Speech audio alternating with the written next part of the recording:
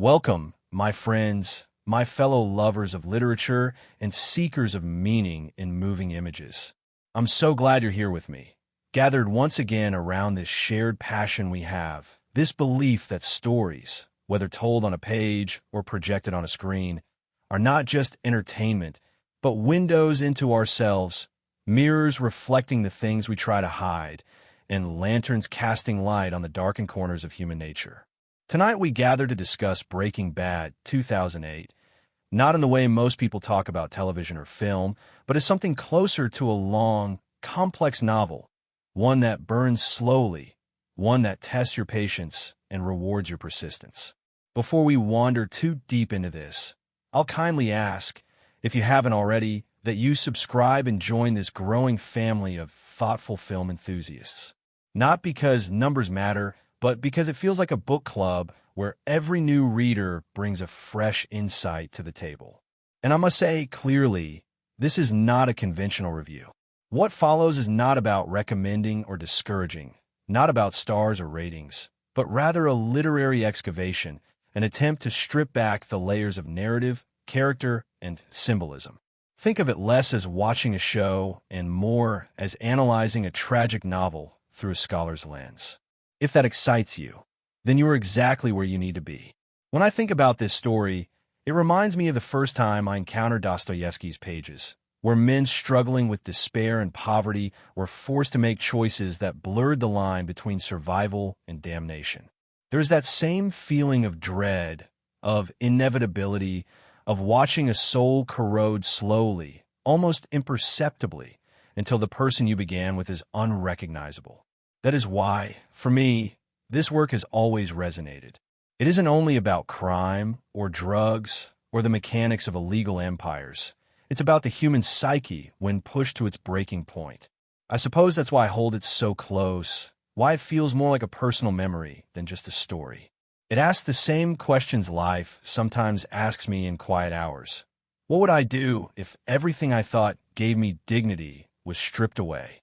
How far would I go for my family, for recognition, for the illusion of control? And could I even recognize myself after? The beauty of it all is that it doesn't rush. Like the pacing of a great 19th century novel, it invites you to sit with stillness, to stare at the mundane before the storm arrives. It dares you to lean into the banality of a man's ordinary despair, so that when the extraordinary arrives, the descent, the transformation, it feels both shocking and inevitable. I remember when I first began watching, I wasn't sure if I was patient enough for it. The story didn't scream at you in its opening beats. It whispered, it layered, it showed you beige walls and fluorescent-lit classrooms. But isn't that how most tragedies begin? With ordinary life, with a table set just as it has been 1,000 times, before fate comes knocking? If I were to give you an overview, it would sound deceptively simple. A middle-aged man, brilliant once in youth, now reduced to teaching students who barely care, finds his world collapsing with a diagnosis that makes death no longer an abstraction, but a date circled on the calendar. Financial ruin looms over him. His family looks at him without seeing him. In desperation, he takes a step into an underworld he does not belong to, using his intellect to build something that gives him power and purpose. And yet, in doing so, he doesn't merely fight death, he invites it. That simplicity is the hook, but beneath it, the narrative unfurls with all the richness of Greek tragedy, where hubris is not a villain's trait, but the very essence of the hero's downfall. There's something fascinating about watching a man who has lived invisibly suddenly become radiant in his own eyes. The first time he trades safety for danger is like watching a candle flare brightly after being suffocated for too long. But the longer the candle burns, the more the wax melts, the closer the fire creeps toward consuming everything around it. This is what gripped me, and perhaps what grips all of us who are drawn to this tale. The recognition that within us, too, lies that same desperate hunger, that same craving to matter, even if it means destruction. The plot itself feels like an ever-tightening spiral. We begin with the diagnosis, the secret kept from family, the first hesitant step into the criminal world. At first, his choices feel almost justifiable, wrapped in noble reasoning. He only wants to provide. He only wants to leave something behind. But then the spiral turns, and what once was necessity becomes thrill. What once was rationalized as survival becomes pride. Each new decision feels like a point of no return, though the characters rarely recognize it as such in the moment. I think of it almost like a series of crossroads where the signposts are blurred, and only after walking far down one path does the clarity of hindsight reveal what was lost. It teases us with morality like a cat toys with prey. Just when you are ready to condemn, it gives you a glimpse of pain that elicits sympathy. Just when you're ready to forgive, it shows you an act so brutal it freezes compassion. The narrative structure thrives on these contradictions, refusing to let us rest in the comfort of easy judgments. And isn't that precisely what literature at its best does? It confronts us with ambiguity, reminding us that human beings are not neat archetypes, but messy collections of impulses, contradictions, and half-justifications. What makes it exciting is how it hides its sharpest daggers beneath the fabric of everyday life. There are twists, yes, betrayals, revelations, bodies falling where we least expect, but the true twist is always within the soul of the man at the center. The moment when providing for his family shifts into providing for his ego. The moment when control, once a tool to stave off chaos, becomes chaos itself. That is the sleight of hand the story pulls. You think you are watching a crime drama, but in truth you are watching a psychological dissection, a modern tragedy dressed in contemporary clothing. Some of the most haunting turns are not explosions of violence, but quiet recognitions. A wife who looks at her husband and no longer knows him. A son whose faith in his father turns brittle. Friends who become enemies not with shouts, but with silence. These are the ruptures that linger long after the screen goes dark. It reminds me of how in Chekhov's plays, the greatest devastations often happen in the pause, in what is left unsaid, in the spaces between words. Even as the narrative barrels toward its darkest moments, there are flickers of absurd humor, reminders that life's horrors are never entirely without irony. There is something almost Shakespearean in how it balances tragedy with dark comedy, the way moments of levity only sharpen the sting of what follows. It keeps you on edge, never letting you rest fully in despair nor in amusement, as though you too are walking that razor's edge between two worlds. Why does this resonate so much with me? Perhaps because it whispers the terrifying truth that the potential for corruption is not reserved for villains, but lies dormant in all of us. I see it in myself, in the quiet moments of resentment, in the flashes of pride, in the hunger to be seen, to be remembered, to matter. It is uncomfortable to admit, but that is the power of stories like this. They draw out what we would rather keep hidden, forcing us to confront it in the safe darkness of fiction. And yet, it also offers a strange comfort. By watching a man's descent, we are reminded of our own choices, of the crossroads where we might still turn differently. Literature has always done this, held up not just a mirror, but a map, a warning, a prophecy, a plea. That is why, for me, engaging with this story feels less like watching a show and more like studying a myth of our time. As the tale unfurls, the stakes rise, the empire expands, enemies close in, secrets unravel. You can feel the ground trembling beneath the characters' feet, each step carrying them closer to a collapse they cannot see, but we, as the audience, sense with growing dread. The twists become sharper, the betrayals cut deeper, and through it all, the central figure becomes both more monstrous and more pitiable. There's an elegance to the construction, a precision that feels almost architectural, each season another floor in a tower destined to fall. By the time you realize how far everything has gone, it's already too late. That is the great cruelty and the great brilliance of it. You watch not to see if destruction comes, but to see how, and when, and what fragments of humanity remain in the rubble. That is the suspense, not of plot, but of soul.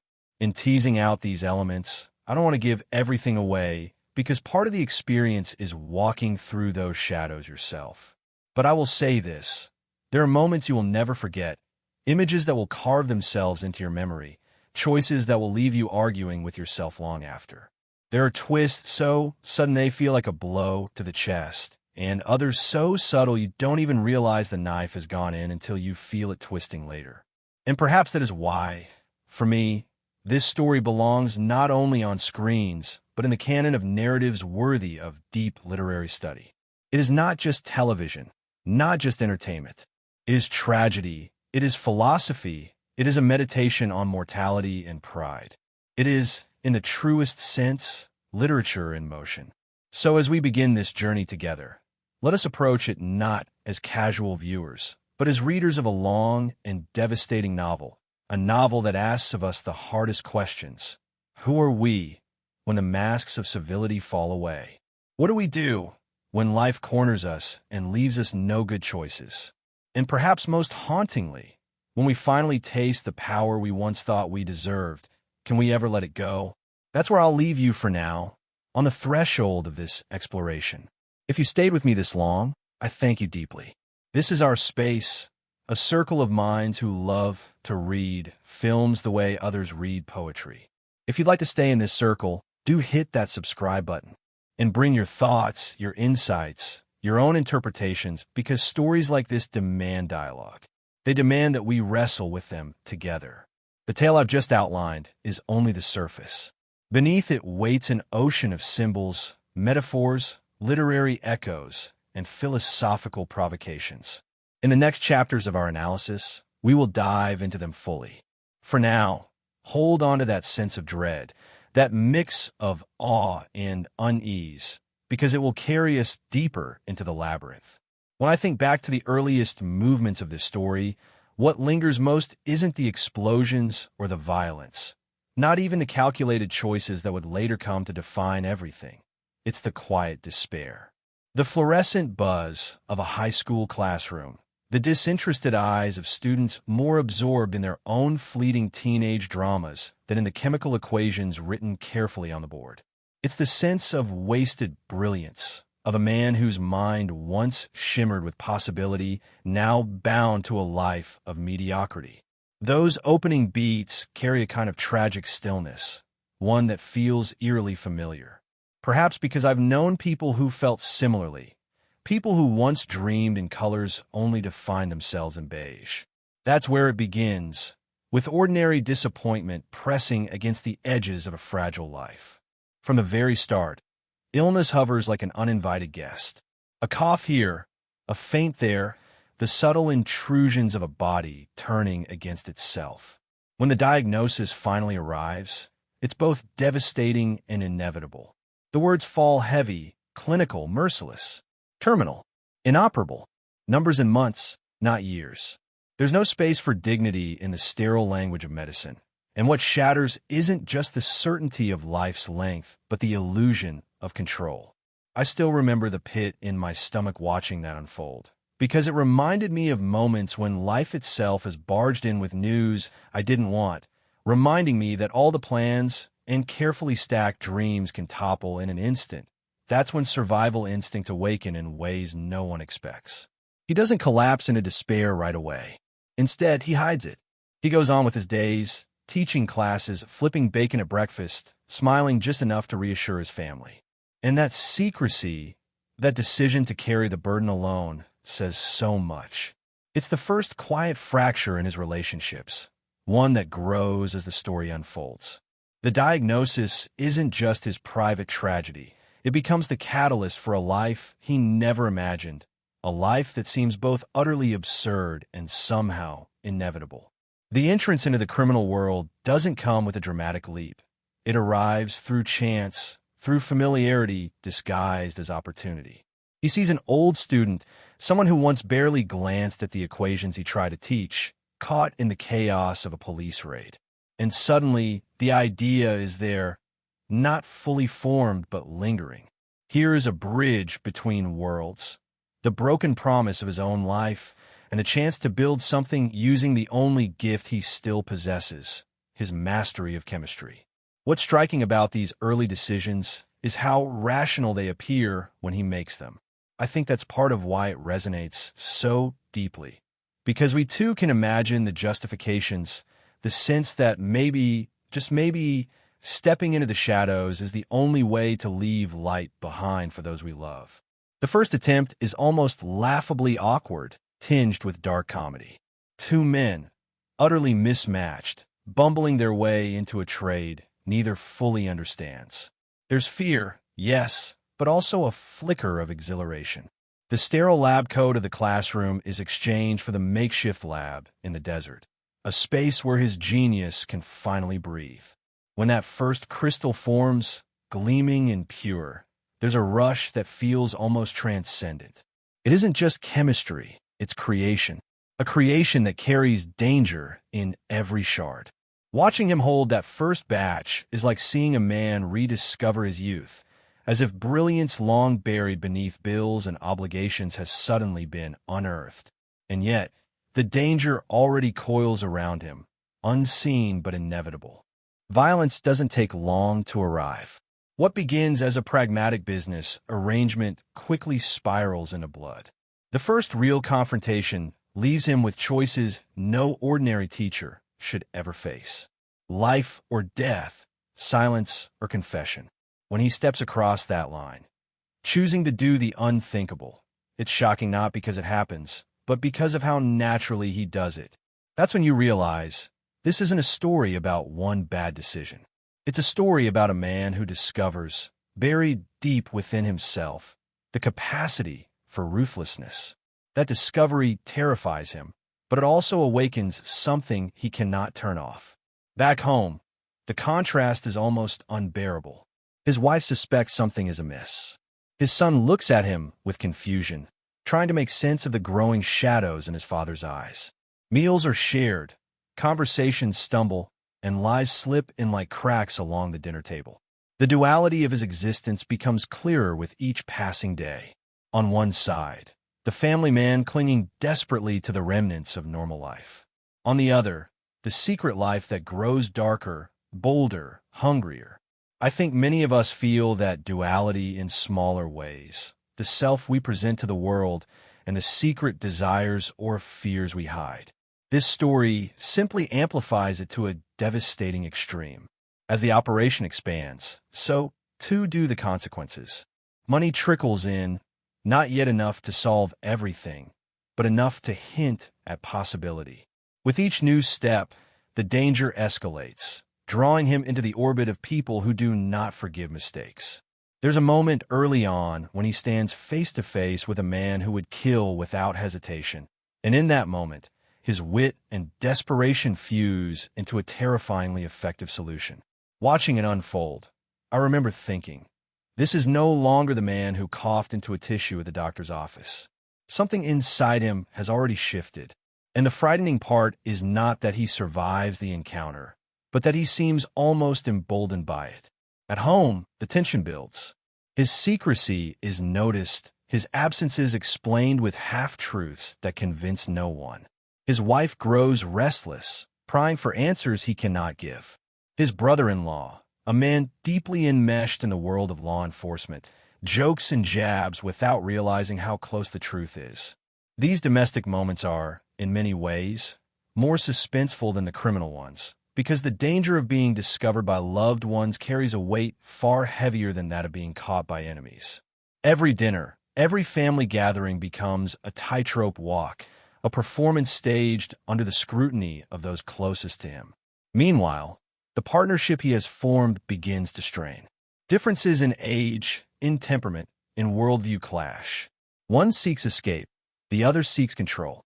Their mismatched bond oscillates between camaraderie and conflict, the kind of volatile relationship that feels destined to either implode or cement into something unbreakable. Watching their interactions, I couldn't help but think of the strange alliances life sometimes thrusts upon us, how people from entirely different worlds can become tethered together by circumstance, each needing the other in ways neither could have predicted. Then comes the moment when the lies can no longer hold. His wife, perceptive and persistent, pushes harder. Explanations about late nights and mysterious absences unravel. Suspicion thickens, and in those moments, the fragility of his carefully constructed double life becomes painfully clear. He oscillates between tenderness and defensiveness, between wanting to protect her with the truth and wanting to shield her with lies. It's agonizing to watch because you can see how every attempt to preserve his family only widens the gulf between them. The money, too, becomes a problem rather than a solution. At first, it represents salvation, a means to cover medical bills, to leave behind security for those he loves. But where to put it? How to explain it? The absurdity of stashing cash in unlikely places highlights the irony of his endeavor. He is risking everything to gain wealth he cannot spend without exposing himself. There's a tragic futility to it, like a man building a fortress out of sand, watching it collapse as quickly as it rises. Violence re-enters the story in sharper form. Rivalries escalate, and the world he has stepped into reveals its true, merciless nature. Friends become disposable, enemies multiply, and blood is spilled not just by strangers but by his own hand. Each act pushes him further from the man he once was, even as he tells himself it is all for his family. I often found myself asking, as I imagine many viewers did, is he still doing this for them, or has it become something else entirely? Pride? Power? A refusal to remain invisible? The ambiguity gnaws at you, making every action feel heavier, more complex. There are moments, too, of startling tenderness amidst the chaos. A birthday celebration, awkward and fumbling, where his family gathers around him with hesitant smiles. A son's admiration, fragile and fleeting, expressed in ways that pierce the heart. These moments are bittersweet because you sense their impermanence. They are like fragile glass ornaments, destined to shatter under the weight of secrets and lies. The partnership with his unlikely ally deepens in complexity. Together, they face dangers that test not just their physical survival, but their moral compasses. Decisions must be made in the heat of crisis, choices that leave stains no amount of rationalization can wash away. Each new step cements their bond, not out of friendship or trust, but out of necessity. It's the kind of relationship built not on shared values, but on shared guilt, on secrets that cannot be confessed to anyone else. As the episode's progress, the stakes climb. His wife grows more insistent. His brother-in-law's investigations creep closer to truths hidden in plain sight, and the criminal underworld becomes less forgiving. One mistake, one misstep, could unravel everything. The tension becomes suffocating, as though the walls of his two worlds are inching closer, ready to collapse inward. And yet, in the middle of this pressure, he begins to taste something intoxicating: respect. Not from his students, not from his family, but from the dangerous men who recognize his skill, who see him not as a failing teacher, but as a formidable creator. That respect feeds a hunger long starved, a hunger that begins to eclipse his initial purpose. Watching it happen is both thrilling and devastating. You want to pull him back, to remind him why he began, but you sense that it's already too late. The flame has caught, and it will not be extinguished. The first half of this tale concludes with a sense of acceleration. The quiet despair of the beginning has given way to chaos, to violence, to secrets that weigh heavier with each passing day. The man we met coughing in a doctor's office has already transformed, though the full extent of that transformation is still to come. The dual life he leads teeters on the brink of exposure. The empire he builds teeters on the brink of collapse. And through it all, his soul teeters on the brink of being lost entirely. Looking back, I see it almost as a symphony, the opening movements building layer by layer, drawing us deeper into the melody of tragedy. Each note more urgent than the last, each silence more foreboding. By the midpoint, we are no longer watching a man trying to save his family. We are watching a man being remade by the very choices meant to preserve them. And that, perhaps, is the most haunting revelation of all. The story continues with an energy that feels less like a slow burn and more like a firestorm. What began as a fragile attempt to carve out security now unravels into something sprawling, chaotic, and unstoppable. The man who once walked timidly into this double life now strides with a confidence that unsettles those around him. You can see it in his posture, hear it in his voice. The justifications he once whispered to himself no longer sound like apologies. They sound like proclamations. What was once a desperate means to an end now feels like an identity he has embraced. It is both captivating and horrifying to witness, like watching a moth lean into the flame it once feared. The empire grows. The product he creates, pristine and unmatched, spreads its reach far beyond the corners he ever imagined. The money flows faster now, though it remains a burden to hide. More importantly, respect cements itself around him. Dangerous men bow to his knowledge. Enemies acknowledge his genius. The hunger to be seen, once starved for decades, now feasts in excess. Yet with each bite, his humanity diminishes. I remember watching this transformation and feeling an odd ache, like witnessing someone achieve their dream only to realize it has poisoned them. But with growth comes escalation. New players enter the stage, more ruthless, more calculating. Business arrangements turn into rivalries, rivalries into wars. The quiet, domestic deception of the early days evolves into full-blown threats that hang over every moment. His partner, once merely a reluctant accomplice, becomes entwined in ways he never wanted, dragged deeper into a vortex of violence and moral compromise. Their relationship hardens, scarred by betrayal and forgiveness, by shared horrors that bond them even as they push each other away. At home, the fractures widen. His wife, no longer in the dark, becomes something more complex, both an accomplice and a judge, both participant and prisoner. The marriage, once fragile but rooted in ordinary routines, mutates into a battlefield of suspicion, resentment, and uneasy alliances. She questions, she resists, but she also becomes complicit, drawn into the orbit of a man she barely recognizes. I think often about the way love can be stretched, twisted, redefined by circumstance, and here it plays out with brutal honesty. The vows they once made are still there, but their meaning has been corroded, warped to fit a life that neither of them could have imagined. The tension with his brother-in-law sharpens to a knife's edge. What was once ironic, the hunter unknowingly sitting across the table from the hunted, turns into a chilling game of proximity. Each gathering, each joke, each moment of familial closeness becomes a potential revelation, a possible end. The audience feels the dread long before the characters do, the sense that this secret cannot stay buried forever. And when the truth begins to flicker through, when suspicion sharpens into realization, it lands like a thunderclap. Watching that unravel, I remember feeling my pulse quicken, because it wasn't just the law closing in, it was family, blood against blood, trust shattered beyond repair. As the empire expands, so too does the violence. Murders no longer shock him. Deception no longer rattles him.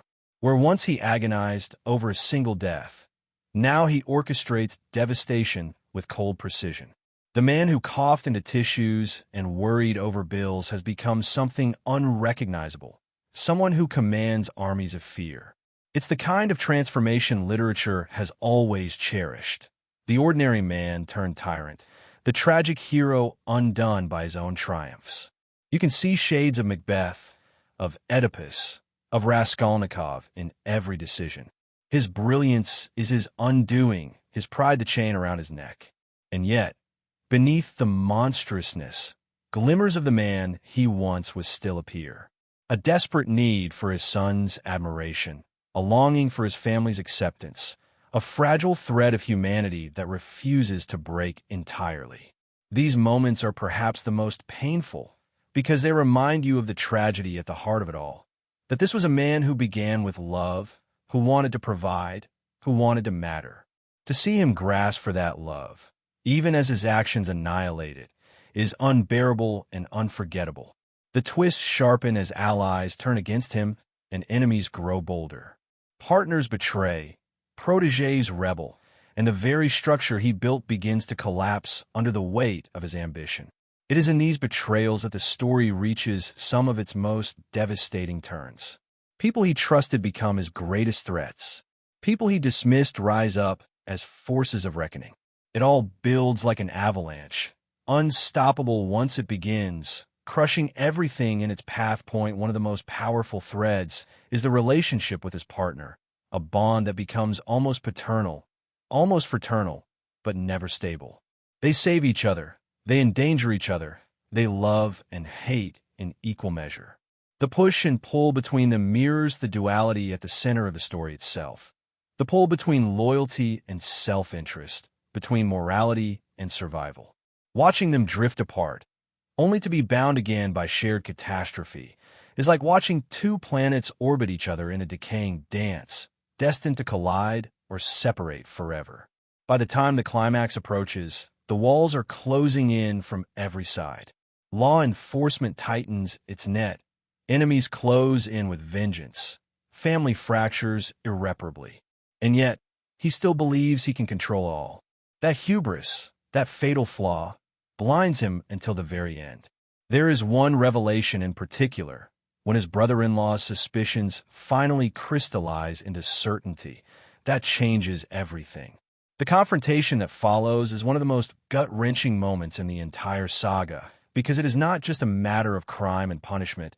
It is the collapse of family, the annihilation of trust. Watching it, I remember holding my breath, not because I didn't know what would happen, but because I knew whatever happened, nothing could ever be repaired. The resolution is brutal, inevitable, and strangely poetic. The empire falls, not with a single blow, but with a series of cascading collapses. Enemies destroy what he built. Family flees from what he has become. And his health, the very catalyst of his journey, deteriorates beyond reprieve. In those final stretches, you see a man stripped bare. No more illusions of nobility, no more justifications. Just a man standing amidst the wreckage of his own choices, clinging to fragments of dignity, fragments of humanity. And yet, the story doesn't end in silence. It ends with a finale that feels both tragic and fitting, the culmination of every decision that led here. The empire he built is gone. The family he tried to save is lost to him. The respect he craved is hollow. But he leaves behind a mark, a story, a legacy that cannot be erased. Whether that legacy is triumph or cautionary tale is left to us, the viewers, to decide. What makes this conclusion resonate so deeply is not just the spectacle of it, but the inevitability. From the very beginning, you sense where this path leads, even if you cannot predict each twist along the way. It is tragedy in its purest form, not about surprise, but about watching the inescapable unfold. Each decision was a brick in the road toward this ending, and by the time we arrive, there is a strange sense of completion. Not satisfaction, exactly, but recognition that the story could never have ended any other way. Looking back, the second half is a descent that feels both grand and intimate. Grand in its scope, the battles, the betrayals, the empires rising and falling. Intimate in its focus, the family dinners gone cold, the conversations filled with silence, the small moments of longing for a life that can never return. It's this balance that makes the story unforgettable. It's not just crime or action. It's the anatomy of soul unraveling, piece by piece, until there is nothing left but the echo of who he once was. As the screen fades, you are left not with the adrenaline of victory or the relief of closure, but with a hollow ache. An ache that forces you to confront your own shadows, your own pride, your own hunger for meaning. That, for me, is why this story stands apart. It is not entertainment, though it entertains. It is not simply tragedy, though it devastates. It is a mirror held up to the human condition, showing us what we are capable of for better and for worse. And in that final image, when the dust settles and the silence takes over, you realize you've witnessed not just a story, but a modern myth. A myth that will echo for years to come. Not because of its explosions or its violence, but because of the way it reveals the quiet, terrifying truth that the greatest battles are not fought in deserts or streets, but within the human heart. There's a peculiar intimacy that settles in When you begin to examine the characters in this story, as though you are no longer watching them from the safety of a couch, but sitting across from them, sharing the weight of their silences, the sharpness of their words, the tremors in their choices. These aren't just characters. They are people who could have lived down the street, who might have been your colleague, your neighbor, even your family member. That's the brilliance of it. The writing doesn't paint them as symbols in broad strokes, but allows them to breathe, stumble, contradict themselves, and reveal truths you'd rather not face. At the center is the man whose transformation defines everything. At first, he is nearly invisible, a good mind wasted, a man shrinking into the margins of his own life. He has the air of someone who once dreamed in great colors, but now wears beige like a second skin. His intellect is undeniable, yet it is unappreciated, buried beneath the drudgery of teaching students who cannot see his brilliance. That quiet, suffocating invisibility makes his descent both comprehensible and chilling. What terrifies me is not his brilliance, nor his ruthlessness, but the ordinariness of his beginnings. I see in him the resentment that festers when life fails to recognize us, when our worth is overlooked. His illness only magnifies it, stripping away the last illusions of control. What makes him unforgettable is the way he takes that invisibility and transforms it into a form of power. The meekness melts away, replaced by arrogance, pride, a hunger so ferocious it devours his humanity. He is a modern tragic figure, undone not by weakness, but by the very strength he clung to. The brilliance that gave him his identity also paved the path to his ruin. Beside him stands a partner who, at first glance, seems incapable of standing at all. Young, adrift, embodying wasted potential, he is the picture of someone society has already written off. His immaturity, his recklessness, his half-hearted attempts at rebellion make him easy to dismiss.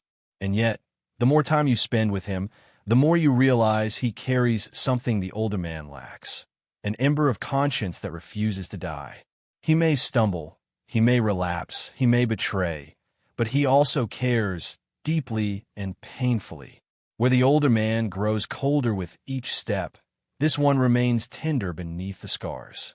His tragedy is that he is caught in the orbit of someone who manipulates him, who nurtures and destroys him in equal measure. Watching his evolution feels like watching a child forced to grow up in a war zone, his innocence stolen piece by piece, yet never entirely extinguished. He is, in many ways, the soul of the story, the one who allows us to feel compassion even when the darkness thickens. The wife is one of the most complex figures, and one whose arc invites fierce debate. At the beginning, she seems almost peripheral, the domestic counterpart to a husband hiding secrets. But as the truth seeps in, she evolves into something far more formidable. She is suspicious, yes, but also pragmatic. Her choices are not always admirable, yet they are achingly human. She straddles the impossible, protecting her children, salvaging her dignity, and grappling with a man she once loved, turning into a stranger before her eyes. There's something harrowing about her transformation, as she shifts from passive spouse to reluctant accomplice, from bewildered partner to a woman carving out her own survival. Her strength is often misread as cruelty, but to me, it feels like the desperate armor of someone forced into a war she never chose. She embodies resilience and despair simultaneously, a mirror of how family bonds can both sustain and suffocate. Then there is the brother-in-law, brash and jovial, the kind of man who fills a room with stories, unaware of the storm brewing under his own roof. At first, he feels like comic relief, the loud personality with a badge, chasing criminals with bravado. But the brilliance of his character lies in the slow revelation that beneath the bravado is competence, tenacity, and, eventually, tragedy. His pursuit of justice, once portrayed almost as a joke, becomes deadly serious as he inches closer to the truth. And when realization strikes that the very man he joked with at barbecues is the one he has hunted, it crushes not only him, but us as viewers. His arc is not just about law enforcement. It's about betrayal, about the cruelty of discovering that the enemy is not across town, but across the dinner table. He is both hero and victim, undone not by failure, but by his own integrity colliding with blood ties. Then there's the fact that the central character himself could have been portrayed by someone else entirely. Several well-known actors were considered, names that would have brought a different energy altogether. One was known for his intensity, another for his rugged charisma, another for comedic charm. Each would have left fingerprints that altered the character's essence. The actor we ultimately received wasn't the first choice, nor the second, but fate aligned in such a way that his quiet, simmering intensity became the foundation of the entire narrative. Thinking about this strange fork in the road makes me shiver, because if anyone else had stepped into that role, I can't help but wonder if the story would have resonated in the same way, if the tragedy would have felt as personal. Another unusual element lies in the very heart of the pilot episode. The opening sequence, chaotic and unforgettable, almost never made it to the screen. Executives worried it was too strange, too unsettling, too much of a risk for viewers to latch onto. But the creators fought for it, believing it captured the absurdity and darkness of the story they were telling. And so, against advice, it stayed. That decision, one that could have tilted either way, ended up being one of the defining images in television history. To think that it almost vanished into the void of network caution is one of those oddities that underscores just how fragile art can be, teetering between compromise and conviction. The physical transformation of the lead actor is another story all its own. In the early seasons, he altered his appearance in ways that weren't always comfortable or easy. The shaved head, the distinct facial hair, the wardrobe that seemed deliberately drab, all became iconic, but at the time, they were simply choices made to sell the believability of his descent. What's stranger is how those choices bled into everyday life. The actor has recounted stories of strangers staring at him in public, mistaking him for someone dangerous, or avoiding him entirely. The role became so consuming that it blurred the line between fiction and reality, a strange overlap that few performances ever achieve. There are also the little mishaps that production crews laugh about years later, but that could have derailed things in the moment. Props that malfunctioned at the worst possible times. Scenes where laughter erupted uncontrollably, ruining take after take, even in moments meant to be harrowing. In one instance, a key prop essential to a tense scene simply refused to behave, forcing the crew to scramble for alternatives on the spot. These unplanned obstacles remind me that what looks seamless on screen is often held together with improvisation and duct tape. The strangeness lies in how the imperfections become invisible once the final cut is shown, like scars carefully hidden beneath makeup. Another fascinating fact: the blue crystal itself, that unforgettable symbol of the story, was not what it appeared. On set, the iconic product wasn't illicit at all. It was candy. Rock candy, to be precise, dyed to the right hue, shimmering under the lights. The actors would joke about it, sometimes even sneak pieces to snack on between takes. To think that one of the most feared and dangerous objects in the narrative was, in reality, pure sugar feels like a delightful contradiction, one of those ironies that makes you smile.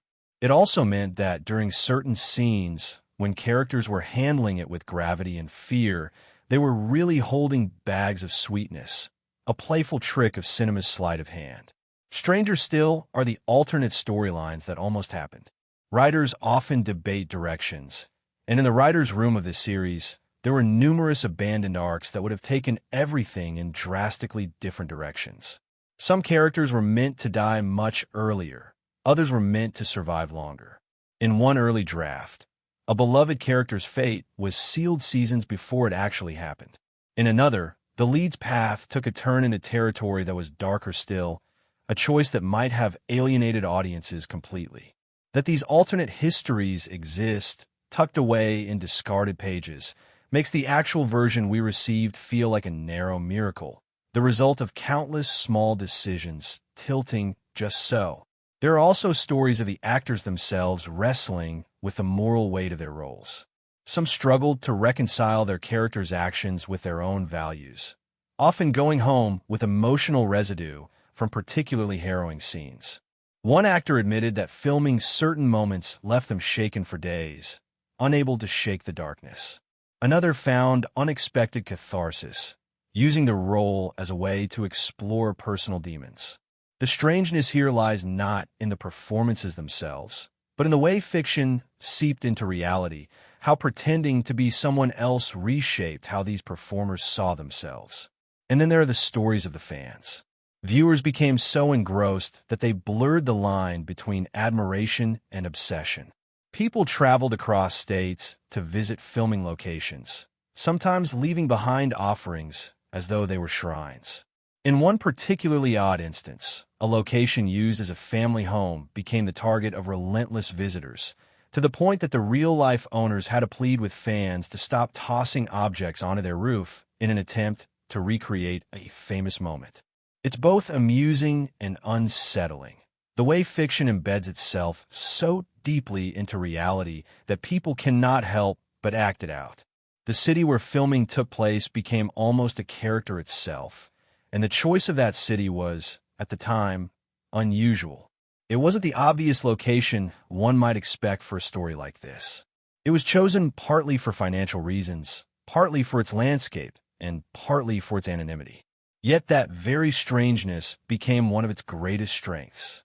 The desert backdrops, the sprawling emptiness, the contrast between suburban normalcy and stark wilderness. It all became symbolic, elevating the narrative to something mythic. Without that strange, almost accidental decision, the story's atmosphere would have been entirely different. There's also the peculiar story of how one of the show's most memorable villains came to be. Initially, the character was meant to appear only briefly, a side antagonist, nothing more. But the performance was so magnetic, so chilling, that the writers rewrote the arc to keep him alive, expanding his role until he became central to the narrative. That kind of spontaneity, where a chance casting decision reshapes the trajectory of the story, feels almost like fate. It's strange to think that one of the defining figures of the series nearly vanished after a few episodes. Behind the camera, there were unusual practices too. The crew became notorious for their meticulousness, going to extraordinary lengths to ensure scientific accuracy in scenes involving chemistry. They hired experts, double-checked equations, even designed experiments that would look plausible under close scrutiny. Of course, some liberties were taken. After all, this was storytelling, not a science class, but the dedication to realism bordered on obsessive. It's strange, in a way, how much care went into details that most viewers might never consciously notice. But perhaps that's why the story felt so grounded. Even the music carries strange stories. The soundtrack, eclectic and often unexpected, became as iconic as the visuals. Some songs chosen were so obscure that they saw a revival in popularity decades after their release, simply because they were paired with unforgettable moments. Others were last-minute additions, tracks discovered almost by accident that ended up defining entire scenes. Music supervisors have spoken about the eerie way certain songs seem to fit as though they had been waiting all along for this story to claim them. One of the strangest facts of all is the way the stories seem to predict or parallel real events. There were moments when plot lines unfolded on screen, only for eerily similar events to occur in reality not long after. Fans noted these coincidences, speculating about the blurred boundary between fiction and the world it was reflecting. Of course, it was likely nothing more than coincidence, but it added a strange, unsettling layer to the viewing experience. And then there are the props and memorabilia, scattered now across collectors' homes and museums. Some items, once everyday objects on set, are now revered as relics. A simple hat, a stuffed animal, a bell, all imbued with symbolic weight, all carrying stories of how they were nearly lost, nearly destroyed, only to be preserved because someone recognized their significance. It's odd to think that what was once just fabric or metal now carries the emotional weight of millions of viewers. What fascinates me most in all these strange facts is how fragile and chaotic the process of creation is.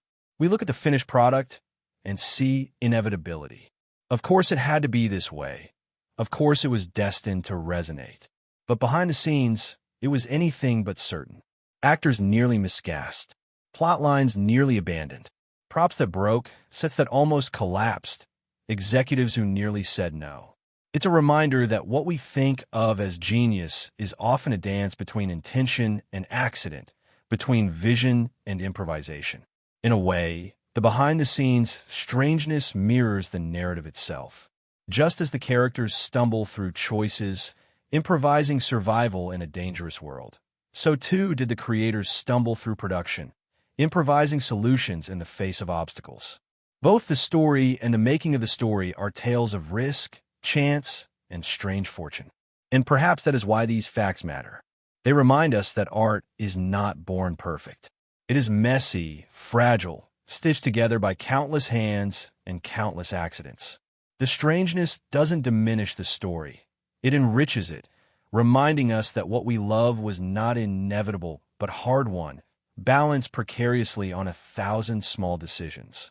When I think back now, the strangest fact of all is how something that could have so easily vanished, something that flirted with cancellation, miscasting, and compromise at every turn, instead became one of the most enduring stories of our time. It is a testament to persistence, to vision, and to the beautiful chaos of creation. And perhaps that's the real magic, that what began as a fragile pitch in a skeptical room became a myth that now lives in the minds of millions. Its behind-the-scenes oddities as fascinating as the tragedy it tells on screen. What always strikes me about this story is how every significant event feels like more than just a turn of the plot. It feels like an argument, a philosophical proposition, a question placed before us with no easy answer. Each decision, each confrontation, each explosion or silence is designed not only to propel the narrative forward, but to make us wrestle with what it means, with what it reveals about human nature. That is the secret of its enduring power. It's not merely about what happens, but about how what happens forces us to look inward. The earliest pivotal moment, the diagnosis, is one of those events that is deceptively simple yet utterly transformative. On the surface, it's just a man being told he has cancer, but from a critical lens, it's the unlocking of the entire tragedy. Mortality is suddenly no longer an abstraction. It is quantified, calculated, and delivered in a sterile room with fluorescent lighting. What makes this moment resonate is not just the fear of death, but the humiliation of it, the realization that after a life of brilliance and effort, one's end might be marked by financial ruin and anonymity. Critically, this scene sets the tone for everything that follows. It tells us that this is a story about control and the desperate clawing at dignity in the face of a system that strips it away. Without this event, the descent that follows would have no anchor. It's the cruel clock ticking in the background of every decision. The first cook is another monumental event, and not merely because it initiates the central conflict. It is the moment of creation, a perverse echo of a divine act. Here is a man who has been invisible, suddenly creating something so unique, so pristine, that it cannot be ignored. Critics often point to this as the birth of his alter ego, the moment when science, long treated as dull and uninspiring in his classroom, becomes power. It's fascinating to watch because the act is both terrifying and exhilarating. From a literary perspective, it mirrors the Promethean myth, a mortal reaching for fire, stealing something forbidden, and in doing so altering not only his fate but the fate of everyone around him. The cook is not just chemistry. It is transgression, and once the transgression is made, there can be no return. The first killing deepens the tragedy. Critics have noted how carefully the narrative paces this moment, forcing us to sit in the discomfort, to see the fear, the hesitation, the rationalization. It is not an act of cruelty in its presentation. It is an act of necessity, survival, but the weight of it reverberates. From a critical viewpoint, this event is less about the death of a man and more about the death of innocence. Once that line is crossed, the protagonist can never again claim the purity of his intentions. He might still tell himself he is providing for his family, but the audience knows the rationalizations are becoming thinner, the abyss wider. The killing is not only an external act, but an internal transformation, and critics often see it as the true point of no return. Then comes the confrontation with rivals, where science becomes weapon. Critics have often praised the sheer audacity of this event, pointing out how it fuses intellect with violence in a way rarely seen before on screen. It is not brute force that saves him, but knowledge, weaponized in a manner both brilliant and horrifying. This moment, viewed critically, represents the merging of his two selves, the meek teacher and the ruthless criminal. It is the announcement of his arrival in a world he doesn't belong to but will soon dominate. For audiences, it was electrifying. For scholars, it became a perfect example of how intelligence, when stripped of morality, becomes one of the most dangerous tools imaginable. The domestic fractures are events of equal significance, though quieter in their devastation.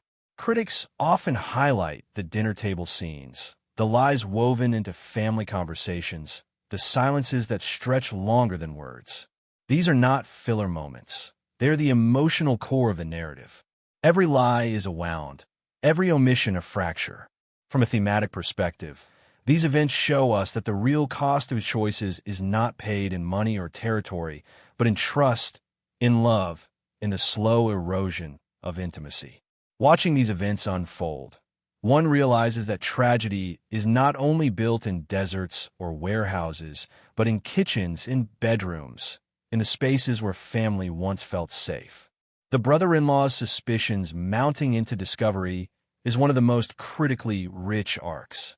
For so long, he has been the unwitting fool, the jovial enforcer blind to the truth beneath his nose.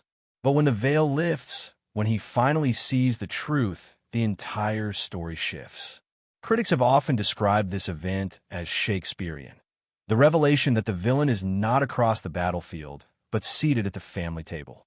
The dramatic irony collapses, and what follows is less a battle of wits than a battle of inevitability.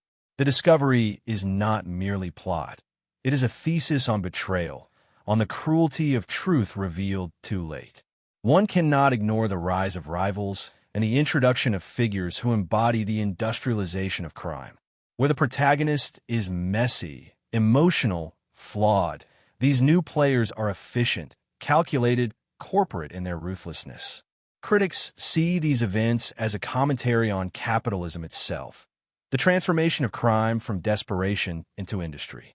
The protagonist, once the underdog, now finds himself up against an enemy not defined by passion, but by systems, by machinery. The events of these confrontations broaden the scope of the story, shifting it from a personal tragedy into a commentary on the world at large. The betrayals are perhaps the most gut-wrenching events to analyze critically. Friends turned to foes, protégés abandoned, loyalties shattered. Critics often emphasize how these betrayals echo classic tragedy. The notion that in the pursuit of power, trust is always the first casualty. Each betrayal not only propels the plot, but also reveals character, stripping away illusions to show the raw self beneath.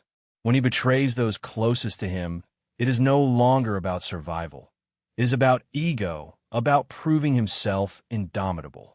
These betrayals hit harder because they remind us of the lies we tell ourselves about loyalty, about how far we might go before breaking bonds we once thought unbreakable. The brother-in-law's death is one of the most devastating events, and from a critical perspective, it is the climax of the entire tragedy. Critics have noted how the scene is staged not for spectacle, but for inevitability. It is not a question of if, but when, and the refusal of mercy becomes the final betrayal of family. This event strips the protagonist bare. Whatever nobility he once claimed is gone, whatever justification he once clung to is shattered. It is the moment when audiences, even those who sympathized with him, can no longer deny his transformation. It is, in critical terms, the crystallization of his hubris, the belief that he could control everything leading to the destruction of the one man who embodied integrity. As the empire collapses, the events take on the inevitability of Greek tragedy. The money, once the driving force, becomes meaningless piled too high to count, too heavy to move. Critics have often pointed to these scenes as symbolic of the futility of greed, the wealth that cannot be spent, the fortune that cannot buy redemption. The collapse of the empire is not only a logistical unraveling, but a thematic one. It is the stripping away of illusion, the revelation that all he has built is dust. The final confrontation is one of the most analyzed events in modern television. Critics dissect its every detail, the staging, the weapon, the words exchanged. It is at once cathartic and devastating. From one perspective, it offers resolution, a tying of loose ends, a final act of control. From another, it is the ultimate irony, a man who sought power ending his life in the ruins of his own creation. The event resonates because it embodies contradiction. It is victory and defeat, triumph and annihilation, all at once. Beyond individual moments, critics have also reflected on the thematic resonance of the story as a whole. Mortality, pride, family, betrayal. These are universal themes, but what makes them sting here is the way they are embodied in events both ordinary and extraordinary. A man coughing into a tissue, a dinner where no one speaks, a gunfight in the desert. Each event is crafted to feel inevitable, yet shocking. That tension between inevitability and surprise is what makes the narrative so deeply literary, so worthy of analysis alongside the great tragedies of the past. The emotional resonance, too, cannot be overstated. These events do not simply entertain. They unsettle, they provoke, they linger. Watching them, one is forced to question, how far would I go? What compromises would I make? What lines, once crossed, would change me forever? That's why critics often describe the story not just as a crime drama, but as a moral experiment, a mirror held up to the darkest corners of our own desires. In the end, the critical perspective on these events converges on one truth. The story endures not because of its twists, but because of its themes.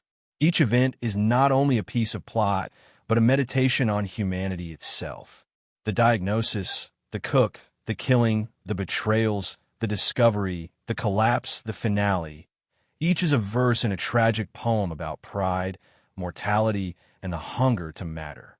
And that is why, even years after its conclusion, the story remains etched in our cultural memory.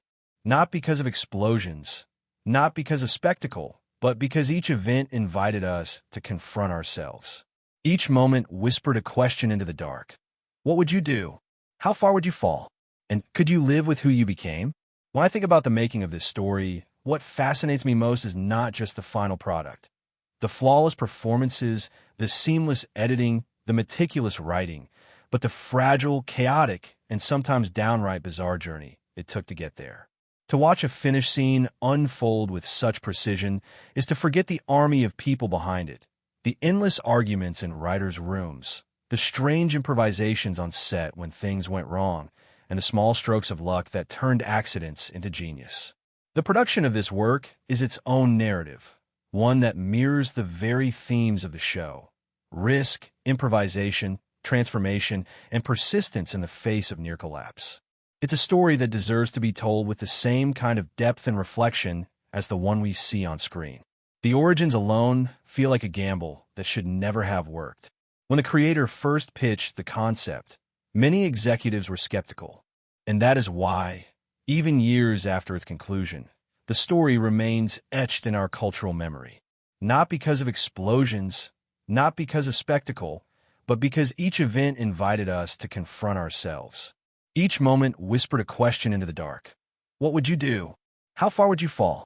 And could you live with who you became? When I think about the making of this story, what fascinates me most is not just the final product. The flawless performances, the seamless editing, the meticulous writing, but the fragile, chaotic, and sometimes downright bizarre journey it took to get there. To watch a finished scene unfold with such precision is to forget the army of people behind it, the endless arguments in writers' rooms, the strange improvisations on set when things went wrong, and the small strokes of luck that turned accidents into genius. The production of this work is its own narrative, one that mirrors the very themes of the show: risk, improvisation, transformation, and persistence in the face of near collapse. It's a story that deserves to be told with the same kind of depth and reflection as the one we see on screen. The origins alone feel like a gamble that should never have worked. When the creator first pitched the concept, many executives were skeptical. A middle-aged man dying of cancer who turns to crime as a way to provide for his family? At first blush, it sounded grim, unmarketable, maybe even absurd. Television at the time leaned heavily toward conventional heroes and formulaic crime dramas where good and evil were clearly defined. What was being proposed here was something darker, something ambiguous, something literary in scope. The creator himself has admitted that he didn't expect anyone to bite, and for a long time, it seemed that was exactly the case.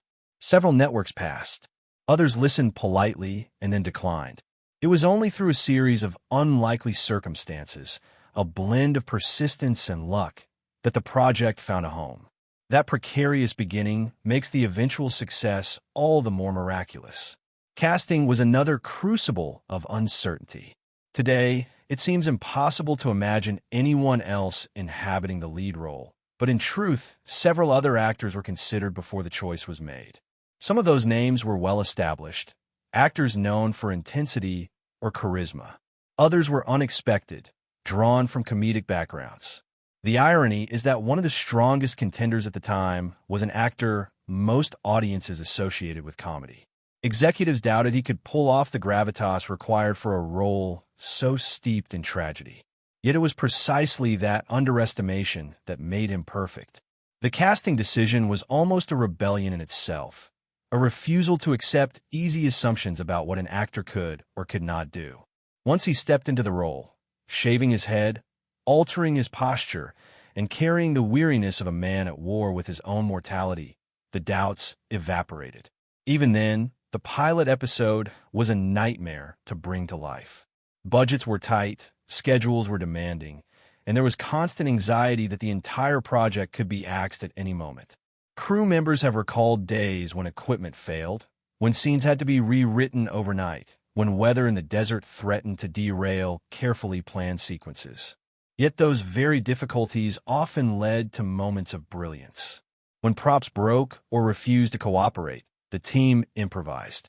When schedules fell apart, actors and crew pulled longer hours, sometimes working into the early hours of the morning. That sense of scrappy determination, of holding it all together with grit and duct tape, became a hallmark of the production. It's almost poetic how a show about desperation and improvisation was itself born out of those same conditions. The location choice was another stroke of both necessity and luck. Originally, the story wasn't even supposed to be set where it was ultimately filmed. The shift happened largely because of tax incentives and practical considerations, but it turned out to be one of the most defining choices of the series. The desert landscapes, the endless horizons, the juxtaposition of suburban sprawl with stark wilderness. These became visual metaphors for the characters' journeys. Crew members have often spoken about how the environment itself seemed to collaborate with them, providing light, color, and atmosphere that no soundstage could replicate. The strange beauty of the location became a character of its own, one that audiences around the world now associate inseparably with the story. Some of the most fascinating insights come from the writing process. The writer's room was notorious for its intensity, for the endless debates over character motivations, for the ruthless willingness to discard entire storylines if they didn't feel authentic. Characters who were originally slated to die survived because the writers realized they had more story to tell. Others, who were meant to last longer, were cut down sooner to preserve the tension. The mantra was always authenticity. Every choice had to feel organic. Every consequence had to resonate. This sometimes meant throwing out weeks of work, an agonizing process for any writer. Yet it also meant that the story never felt forced. Critics often praised the series for its sense of inevitability, and that inevitability was forged in those long, grueling debates where nothing less than truth would suffice. On set, the atmosphere was a strange blend of camaraderie and intensity. The crew bonded over the shared challenge of creating something so demanding, yet there was always a sense of gravity, an awareness that what they were making was different, risky, possibly even historic. Actors have recalled how even in the most brutal scenes, there were moments of laughter, of absurdity that cut through the darkness. The infamous blue product, for example, was nothing more than rock candy. Between takes, actors would sneak pieces, joking about the irony of snacking on the very object that, within the story, symbolized danger and destruction. That kind of levity was essential. It kept the weight of the story from crushing those who had to live inside it for years at a time. The attention to detail was legendary. Scientific consultants were brought in to ensure that the chemistry felt plausible, even if not always entirely accurate. The wardrobe department meticulously charted the evolution of characters through subtle changes in clothing. Even color palettes were carefully chosen. Certain characters consistently wore particular hues that symbolized their emotional states, their roles, their transformations. Fans have since dissected these choices endlessly, finding meaning in every shade of green, every beige, every flash of red. What seems, on the surface, like coincidence was often the result of painstaking deliberation by the production team. Some of the fun facts from production feel almost surreal. In one scene, a key prop malfunctioned so badly that it nearly ruined the shoot, only for the mishap to create an effect that looked more authentic than what had been intended. Rather than reshoot, the director kept it, and it became one of those moments that audiences praise for its realism. In another instance, an actor improvised a line during a heated exchange, and that unscripted moment was so perfect that it not only stayed in the final cut, but became one of the most quoted lines of the series. These accidents, these spontaneous sparks, reveal how much of the magic of storytelling is unplanned, born from the messiness of creation. There were also tensions, as there always are in productions of this scale.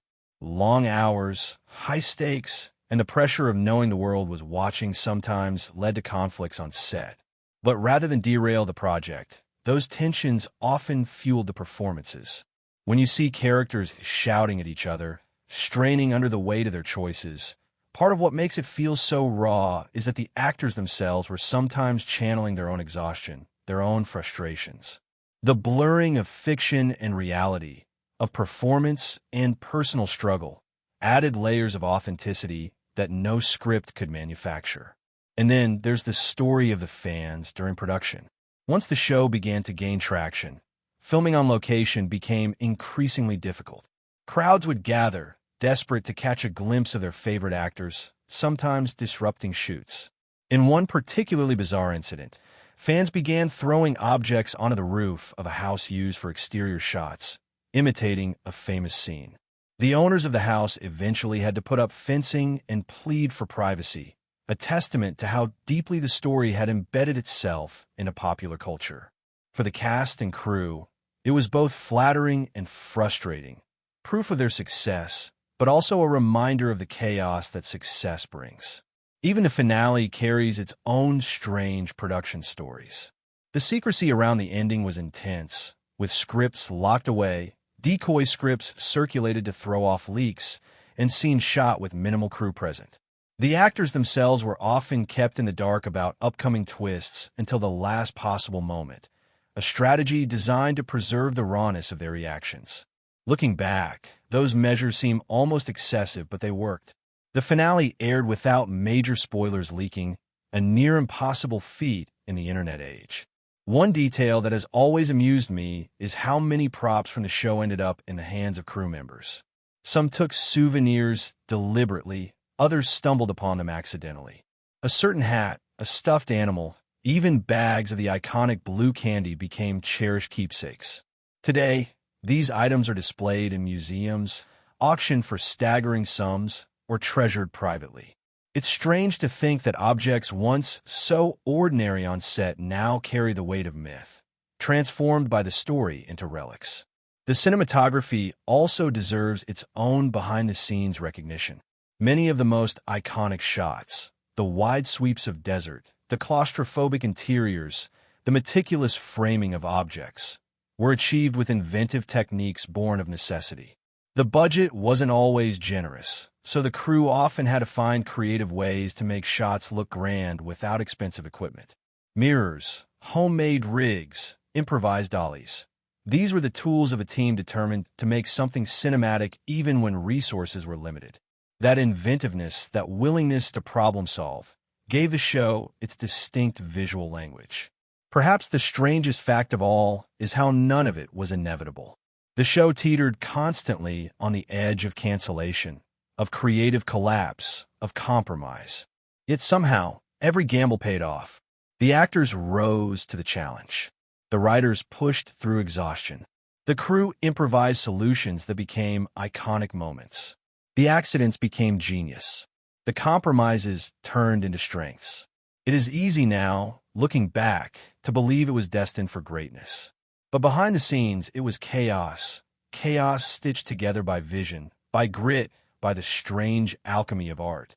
In reflecting on these insights, I realized the making of the story mirrors the story itself. Just as the characters improvise survival in a hostile world, so too did the creators improvise their way through production hurdles. Just as the narrative is about transformation, so too was the production transformed by every accident, every argument, every stroke of luck. That is what makes the behind-the-scenes tale so compelling. It is its own kind of tragedy and triumph, hidden in the shadows of the fiction it created. And when I think of those fun facts, the candy crystals, the misfiring props, the improvised lines, the fans who blurred reality with fiction, I smile. Because they remind me that even in the darkest, most serious stories, there is always absurdity, always humor, always the strangeness of life sneaking in. That's what makes art human. That's what makes it resonate. The production of this story is not just an industry process. It is a human journey, as messy, unpredictable, and unforgettable as the story it gave us. There is something haunting about the way setting becomes inseparable from story here, as though the geography itself were a character written into the script, breathing with the same intensity as the people who walk across it. When you recall the tale, what comes to mind are not only the faces, the betrayals, the decisions that spiraled into tragedy, but also the wide desert skies, the flat horizons stretching out endlessly, the stillness of cul-de-sacs and diners, and the blinding emptiness of sun-baked asphalt. The setting is not a backdrop. It is a mirror, a stage that reflects the internal states of the characters and deepens the resonance of their choices. Without this landscape, this careful orchestration of place, the story would not sting in the same way. It is almost poetic how the choice of location happened, born not from lofty vision, but from practicality. Originally, the script was not even meant to unfold in the city where it ultimately took root, but budget incentives and logistical advantages shifted it there, and in doing so, gave it one of its most defining qualities. The city itself became a kind of paradoxical character, ordinary, even forgettable at first glance, yet suffused with strangeness when you looked closer. Its streets seemed too quiet, its suburban sprawl too placid, its surrounding wilderness too indifferent.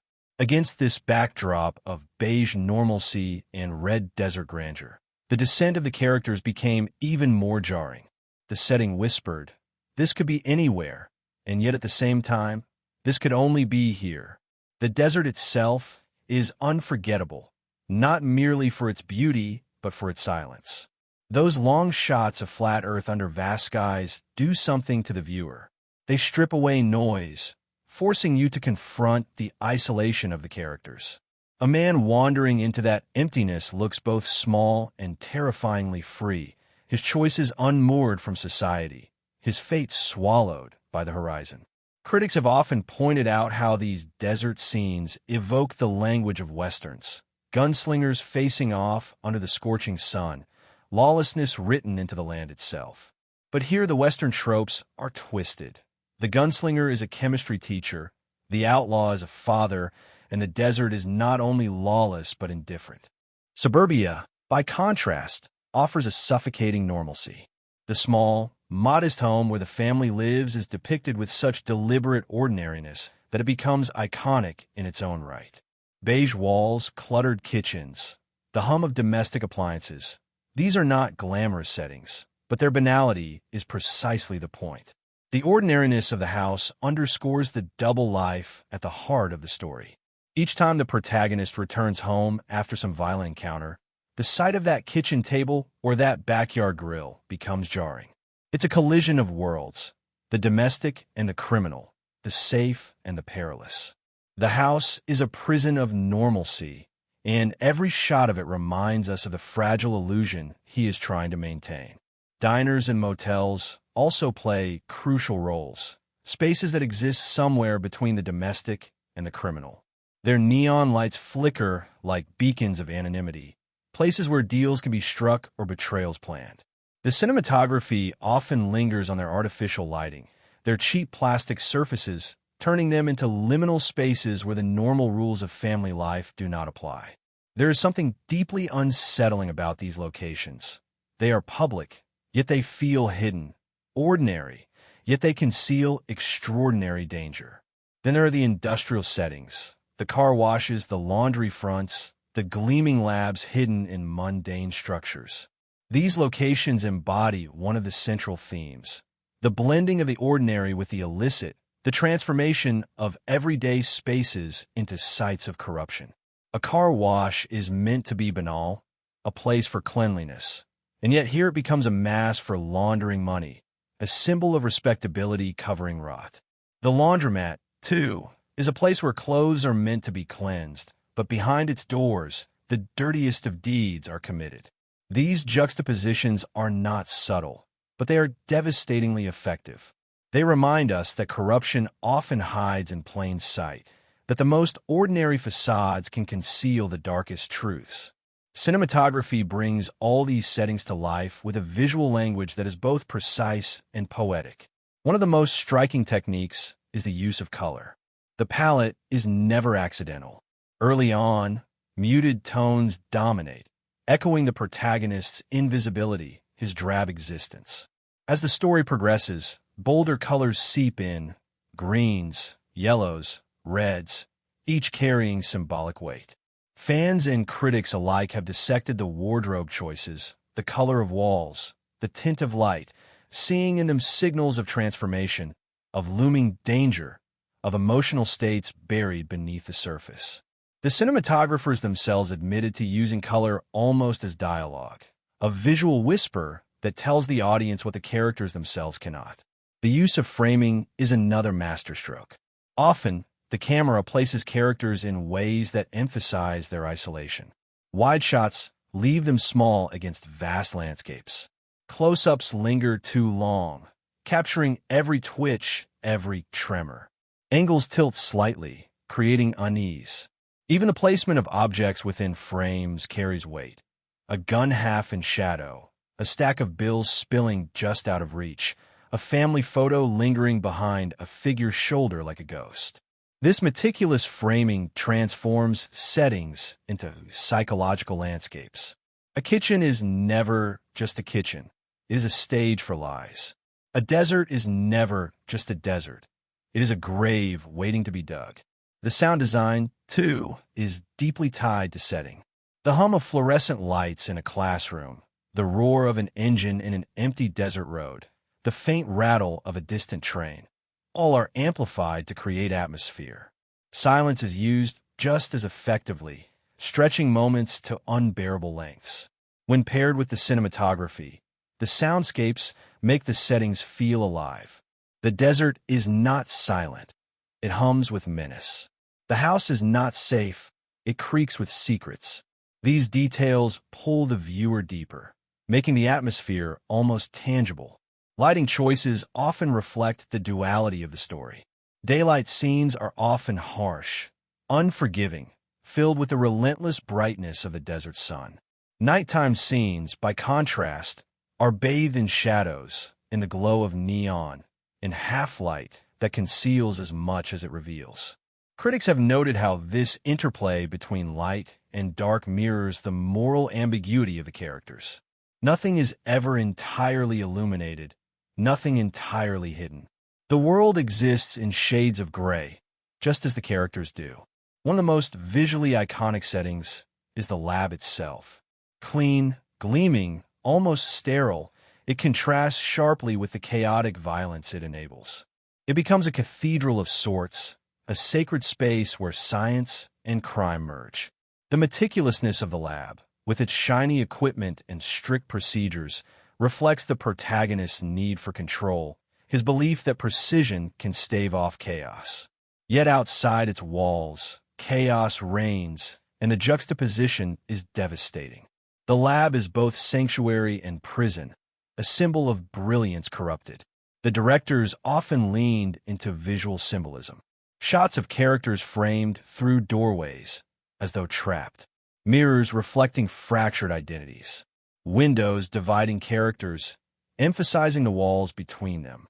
Even the recurring imagery of water, whether in bathtubs, car washes, or rivers, speaks to themes of cleansing and corruption, of renewal and drowning. These choices are not incidental. They're the visual poetry that elevates the story from drama to literature in motion. The city itself, with its mixture of suburban streets, industrial yards, and desert peripheries, comes to embody the duality of the narrative. It is both ordinary and extraordinary, both safe and perilous. Critics often point out how the anonymity of the location makes the story more unsettling. This could be any city, any suburb, any backyard. The universality of the setting makes the tragedy more personal, harder to dismiss as something distant. Even vehicles become settings in their own right. Cars are not merely modes of transport. They are confessionals, battlegrounds, laboratories. How many crucial conversations unfold in the confined space of a vehicle? The camera, lingering on faces lit by passing streetlights. These moments remind us that intimacy and violence often coexist in the smallest spaces, that setting need not be grand to carry weight. From a critical standpoint, the settings function as more than aesthetic choices. They are narrative devices. The desert emphasizes isolation. The home emphasizes duplicity. The lab emphasizes control. The diner emphasizes liminality.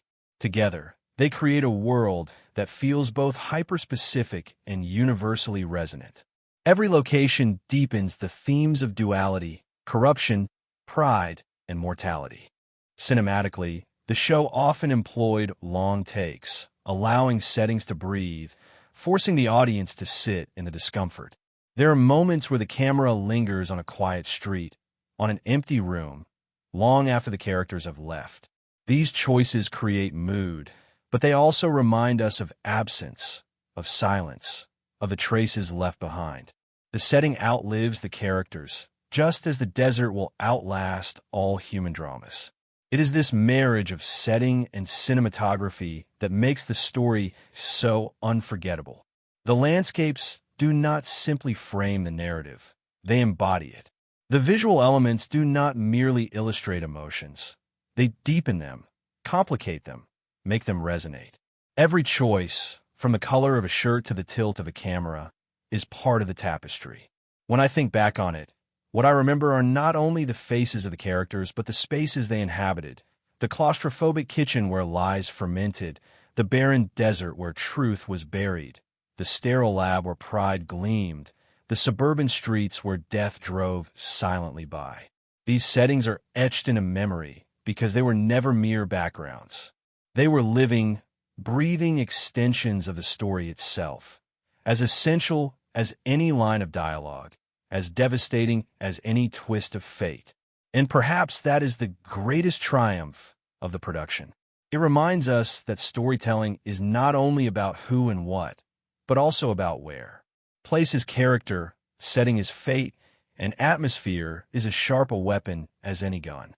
In the end, the story lives not only in its people, but in its landscapes, its homes, its shadows, its skies, a testament to the way cinema, at its best, transforms geography into myth. Behind every finished frame, every perfectly delivered line, every sweeping shot of desert or dimly lit kitchen table, there is a whole other story, one that never makes it onto the screen but lingers in the air of the set, in the tired laughter between takes, in the long hours of frustration when nothing seemed to go right, and in the surprising bursts of serendipity when accidents became brilliance. These behind-the-scenes stories are what breathe humanity into the process of making something that, on the surface, seems seamless. What I find most beautiful about these glimpses is that they remind us that the work we come to know as myth was, for those who created it, a daily grind of sweat, mistakes, and unexpected joy. The atmosphere on set was unlike anything else. Cast and crew alike knew from the very beginning that they were working on something risky, something that might not even survive its first season. And that knowledge shaped everything. The mood was part camaraderie, part pressure cooker. Everyone seemed to sense they were balancing on a tightrope. One false step, and the whole thing could tumble. Yet instead of collapsing under that pressure, they built a strange kind of family, one where laughter became a shield, where inside jokes were lifelines, and where the collective exhaustion was tempered by a sense that what they were building was quietly extraordinary. One of the funniest and strangest quirks of the production came from the blue crystals themselves, that unforgettable emblem of danger and brilliance